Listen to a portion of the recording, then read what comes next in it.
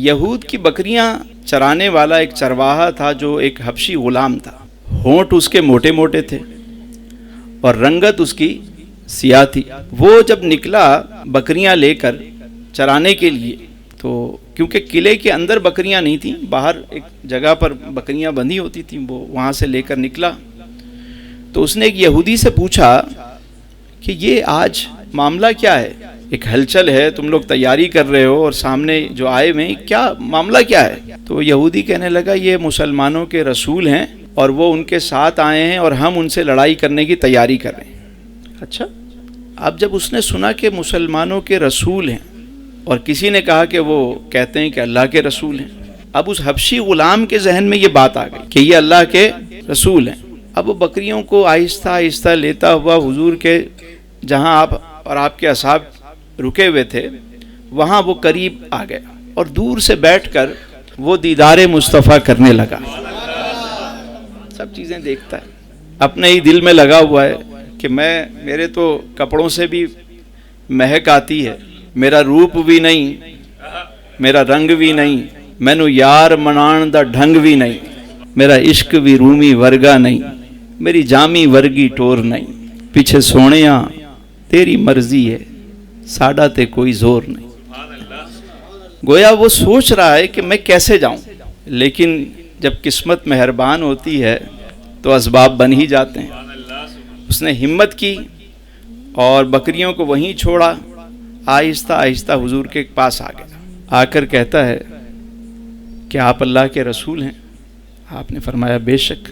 کہنے لگا کہ آپ کس چیز کی دعوت دیتے ہیں؟ میرے حضور نے فرمایا کہ میں اس بات کی دعوت دیتا ہوں کہ کہو اللہ ایک ہے، وہ وحدہ لا شریک ہے، لا الہ الا اللہ، نہیں ہے کوئی معبود سوائے اللہ کے، اور محمد الرسول اللہ، اور محمد صلی اللہ علیہ وسلم اللہ کے رسول. میں اللہ کا رسول ہوں، دین کی دعوت دیتا ہوں. تو وہ غلام کہنے لگا چرواہا کہ اگر میں ایمان لے آؤں آپ پہ، حضور میرے ہونٹ دیکھیں، یہ موٹے موٹے میرے ہونٹ ہیں، میرے کان دیکھیں، بڑے بڑے کان ہیں، میرا رنگ دیکھیں، میرے کپڑے دیکھیں. حضور میں تو کسی کام کا بھی نہیں ہوں، حضور اگر میں ایمان لے آؤں تو مجھے کیا ملے گا؟ میرے حضور نے فرمایا اگر تم ایمان لے آؤ تو تمہیں اللہ جنت عطا کرے گا. اس نے کہا مجھ جیسے شخص کو بھی؟ ہاں. اس نے کہا حضور پھر اپنا ہاتھ آگے کیجیے. کلمہ پڑھا اس نے، اسلام قبول کر لیا. پھر عرض کرنے لگا حضور ایک بات بتائیں، یہ بکریوں کا میں کیا کروں؟ اب میں وہاں تو جا نہیں سکتا، تو ان کا کیا کروں؟ میرے حضور نے فرمایا کہ یہ کنکریاں لو اور انہیں اچھال دو بکریوں کی طرف، بکریاں اپنے مالکوں کی طرف چلی جائیں گی. یعنی اسے امانت کا بھی خیال تھا کہ کسی کی امانت ہے اور وہاں چلی جائیں. کل تک وہ بکریاں جب تک وہ لے کر نہیں جاتا تھا وہ چلتی نہیں تھی، ہلتی نہیں تھی اپنی جگہ سے. آج اس نے حضور کا رستہ اختیار کیا تو بکریاں اس کی اطاعت کرتے ہوئے اپنے رستے پر چل پڑیں. کنکریاں لیں اور یوں اچھالا تو بکریاں ساری چل پڑیں اور دوڑ لگا دی بکریوں نے واپس اپنے ٹھکانے کی طرف. ورنہ آپ بتائیں کہ کہیں چرواہے کو چھوڑ کے بھی بکریاں جاتی ہیں؟ چلی گئیں. اس نے کہا حضور مجھے موقع دیجئے، یہ جو لڑائی ہے میں اس میں شریک ہونا چاہتا ہوں. تلوار اٹھائی، گئے، لڑتے ہوئے جام شہادت نوش کر گئے.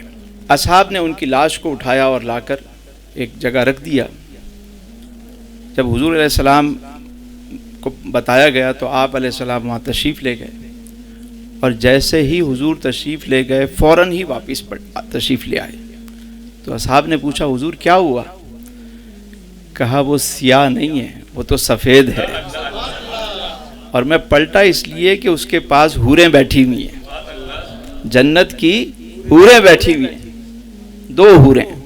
اب مجھے بتائیے کہ وہ شخص نہ اس نے نماز پڑھی، نہ اس نے روزہ رکھا، نہ اس نے حج کیا، نہ نماز کے شرائط و فرائض اس نے سیکھے، ہو سکتا ہے غسل و وضو بھی اس نے نہ کیا ہوا ہو، لیکن آج دنیا کا کوئی ولی، کوئی کتب، کوئی ابدال اس صحابی رسول کے مرتبے کو نہیں پہنچ سکتے. یہ میرے حضور کی نسبت کی برکت ہے. بات سمجھ میں آ رہی؟ یہ میرے حضور کی. اب یہاں ایک بات بڑی اہم ہے علی بھائی، جو سمجھنے والی ہے اور بڑا اہم نقطہ ہے.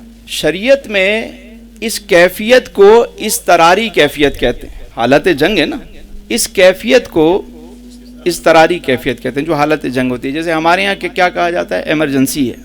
اور مسلمانوں کا سربراہ، اور صرف یہی نہیں بلکہ دو جہاں کے آقا و مولا، تاجدار انبیاء، آپ وہاں موجود ہیں.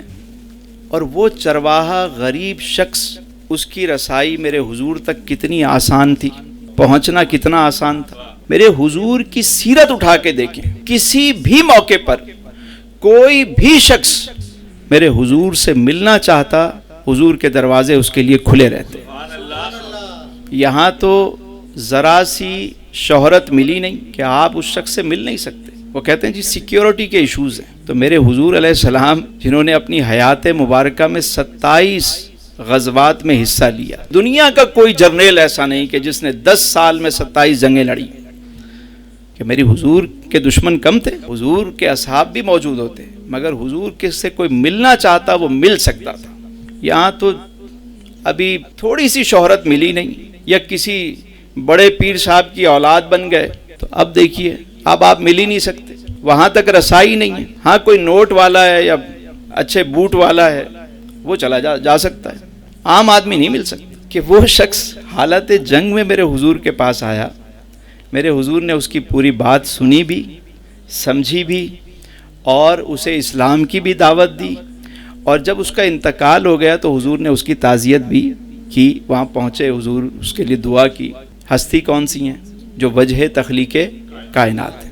سمجھانے کا انداز دیکھیں. ایک اور واقعہ میں عرض کروں. ایک مرتبہ ایک شخص میرے حضور کی بارگاہ میں حاضر ہوا اور آ کر کہنے لگا، حضور مجھ میں بہت ساری خامیاں ہیں، لیکن میں وہ سب تو سدھار سکتا ہوں، احکام اسلام پہ عمل کر سکتا ہوں، لیکن ایک برائی ایسی ہے جو میں نہیں چھوڑ سکتا، اور وہ ہے زنا. حضور میں یہ نہیں چھوڑ سکتا، مجھے آپ اجازت دیں کہ یہ ایک گناہ میں کرتا رہوں.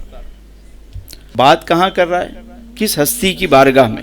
لیکن حضور علیہ السلام نے اس کی پوری گفتگو کو سنا اور بڑے تحمل سے سنا.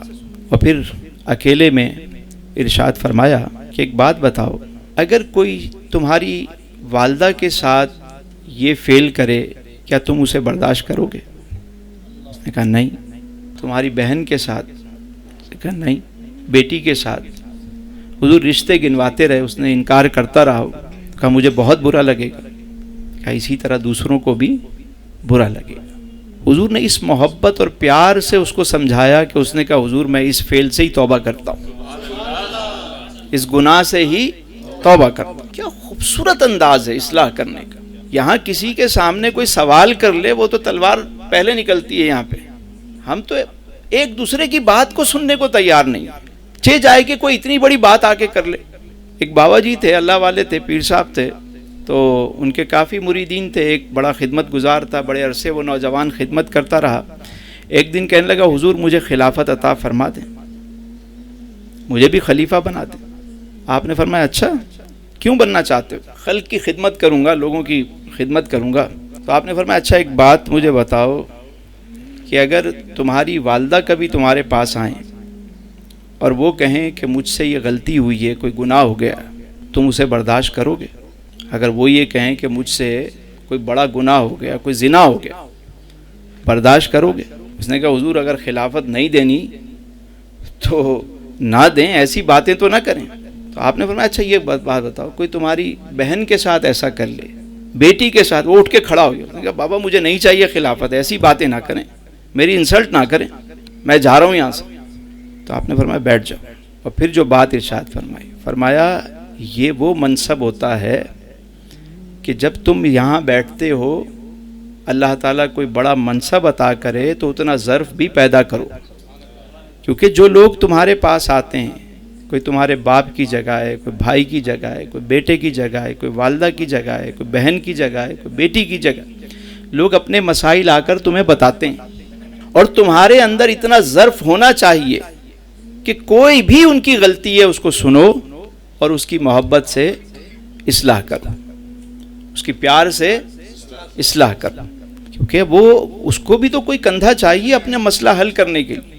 تو تم اگر یہ بات ہی برداشت نہیں کر سکتے، سن ہی نہیں سکتے یہ جملہ، تو وہ جو آئیں گے وہ بھی تو تمہاری ماں، بہن، بیٹی ہی کی طرح ہیں. ان پہ غلط نگاہ کبھی نہ پڑے، رشتوں کا احترام ہو. تو اصلاح تو اس طرح کی جاتی ہے، منصب تو اس طرح ہوتا ہے. لیکن اب جن کے پاس منصب ہیں وہ برداشت نہیں ہے. وہاں جس قسم کی گالم گلوچ آج ہم سوشل میڈیا پہ دیکھتے ہیں، بڑے بڑے صاحبان علم و دانش کو دیکھتے ہیں وہ الجھے ہوئے ہیں. ذرا سا کسی نے کوئی کامنٹس کر دیا، کوئی ایسی بات کر دی تو ادھر سے تلوار نکل آئی، پھر ادھر سے 2 تلواریں، پھر ادھر سے 4 تلواریں. امام اہل سنت کی بارگاہ میں ایک خط کسی نے بھیجا، اور اس خط میں بہت ساری ایسی باتیں لکھیں کہ جو ناقابل برداشت تھیں. یعنی بہت سارے اس میں ایسی مغلظات تھے، ایسی باتیں تھیں. کچھ جو مریدین محبین وہ ہوتے ہیں، انہوں نے پڑھا، انہوں نے کہا حضور آپ بس ابھی ہم اس کا جواب لکھتے ہیں. تو آپ نے فرمایا اچھا ایک کام کرو، پہلے وہ بڑی والی الماری کھولو، وہ والی، یہ نہیں وہ والی الماری کھولو. انہوں نے جب الماری کھولی تو اس میں بے شمار خطوط رکھے ہوئے تھے. آپ نے فرمایا ان سب کو نکالو، ان سب خطوط میں میری تعریفیں لکھی ہوئی ہیں، پہلے ان سب کا شکریہ ادا کرو، پہلے ان سب کا شکریہ ادا کرو کہ بھائی آپ کی مہربانی، ان کی تعریفیں کرو، ان کو جواب دو. جب وہ سارے دے چکو تو پھر اس خط کا جواب دے دینا. یار کسی نے کامنٹس کر دیا ہے، ضروری ہے کہ آپ نے بھی اس کا جواب دینا ہے. مطلب پہلے خط و کتابت کے ذریعے ہوتا تھا، آج جو ہے وہ، بلکہ وہ ہمارے ایک دوست ہیں وہ اکثر کہتے ہیں کہ اب تو وہ لوگ آ گئے سوشل میڈیا پہ، زیادہ تعریف کرتے تھے ٹیچر ان کی تو وہ سامنے تو کچھ نہیں کہہ پاتے تھے، تو جا کر وہ باتھ روم کے دروازے پہ لکھتے تھے. اب وہ سارے لوگ سوشل میڈیا پہ زیادہ تر لوگ آ گئے ہیں اس میں سے. ان چیزوں سے ہمیشہ بچنا چاہیے. تو زندگی میں مثبت کام کریں، اچھے کام کو آگے بڑھائیں، لوگوں کے لیے آسانیاں پیدا کریں اور آسانیاں بانٹنے والے بنیں.